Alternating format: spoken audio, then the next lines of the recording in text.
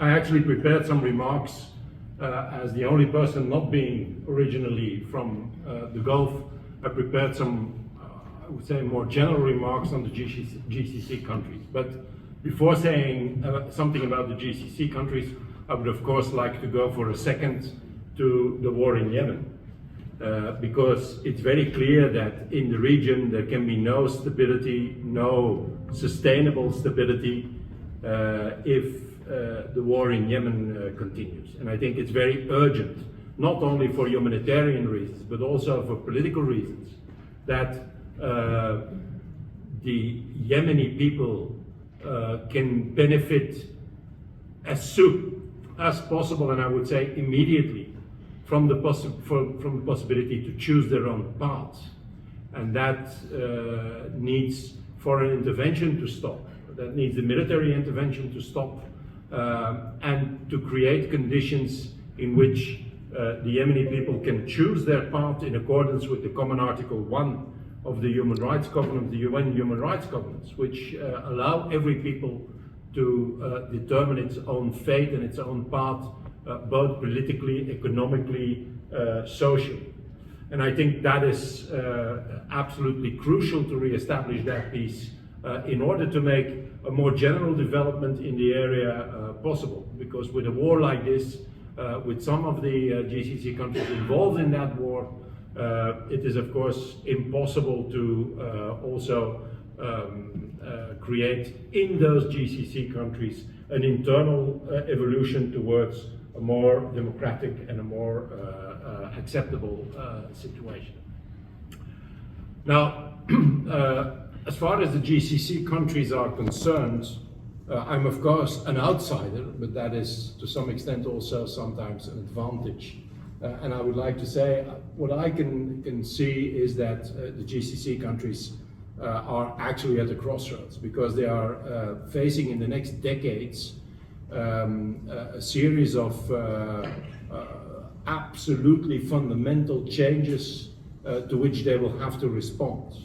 The geopolitical situation is changing rapidly from pyramidal unipolar model.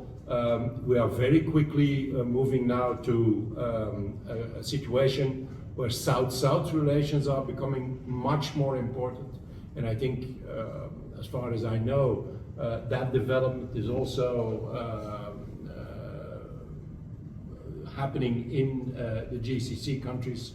Multipolarity is developing very rapidly, and the GCC countries will have to somehow relate to that. Will have to take a position in that, in a situation where I would say their previous relations, or the previous model was a very strong link between certain Western countries and most of the GCC countries. And I think that is not sustainable in the near future, in the coming decades. The second thing is, of course, that climate change is very quickly moving forward. I visited Kuwait a few times. My clients in Kuwait are always happy when they can come to Europe, because previously it was already difficult to live in a country where 50 degrees Celsius was the normality, but now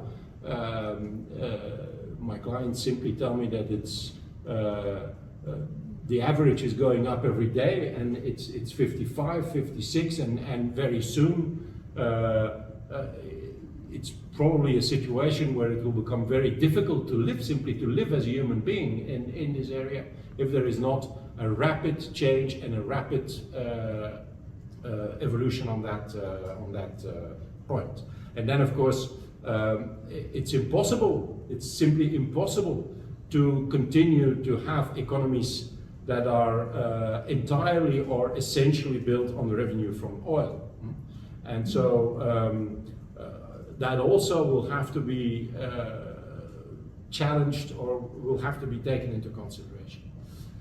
That means, I think, that the GCC countries will be facing profound dramatic and maybe even traumatic crisis and changes in the next decades.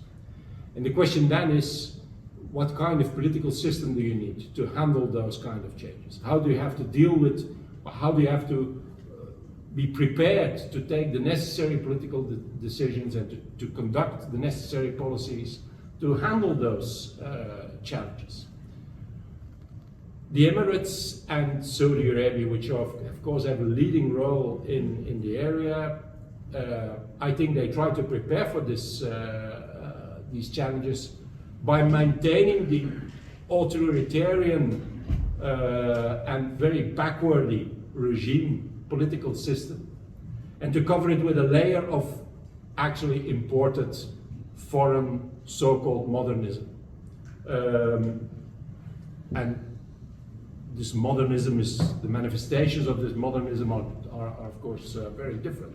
Whenever I see a documentary about Dubai and the Emirates, then one of the main points is also that you see women in abaya and women in bikini, and that is modernity.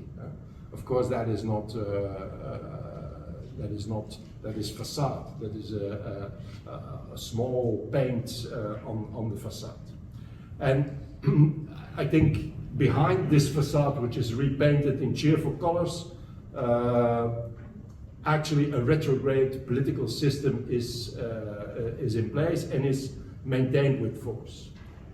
But when it comes to the type of crisis these countries will be facing, I think the new paint on the facade will not be enough to keep the building standing. And therefore, without profound changes, the reflex of these authoritarian regimes can only be to, when they are facing crisis, to increase oppression and in an attempt to save the interests of the vested powers.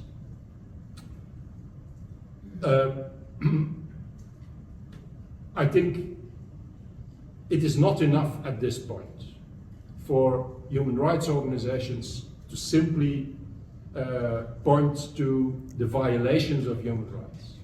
I think human rights organizations really have to, I would say, work more intensely on the question of how do we build a political system that can cope with these crises and that can cope with them by shifting to growing democracy instead of growing authoritarianism, because I think that is the only two ways to deal with such a crisis. Either you take the authoritarian route, you try to impose something upon the people with violence if necessary, or you make the people participate in the changes and you make them participate fully in the solutions for the crisis that is obviously coming. And I think it's not just a matter of copying, I would say, the European model of democracy.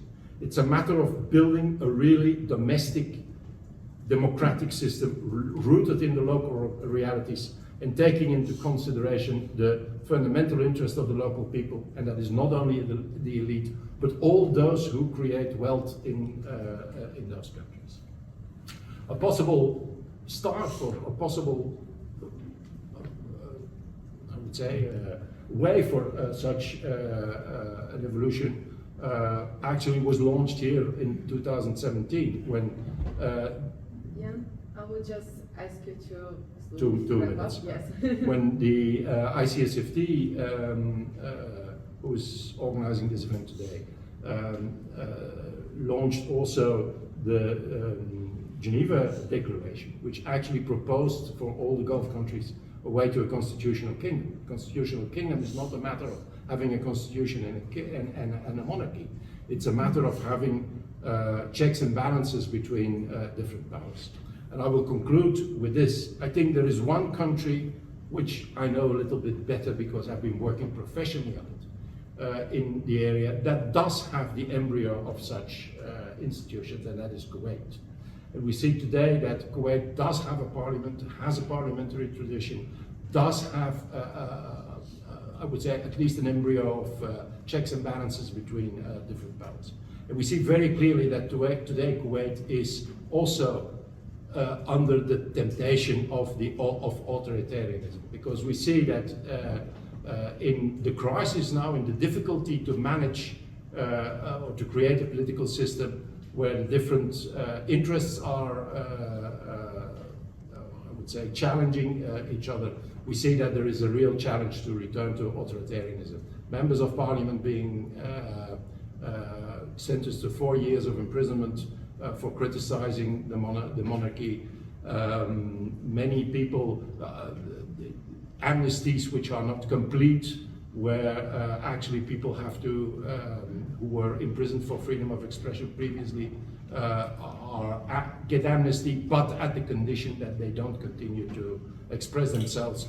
And I think the evolution there is very important, because what happens in Kuwait now, if Kuwait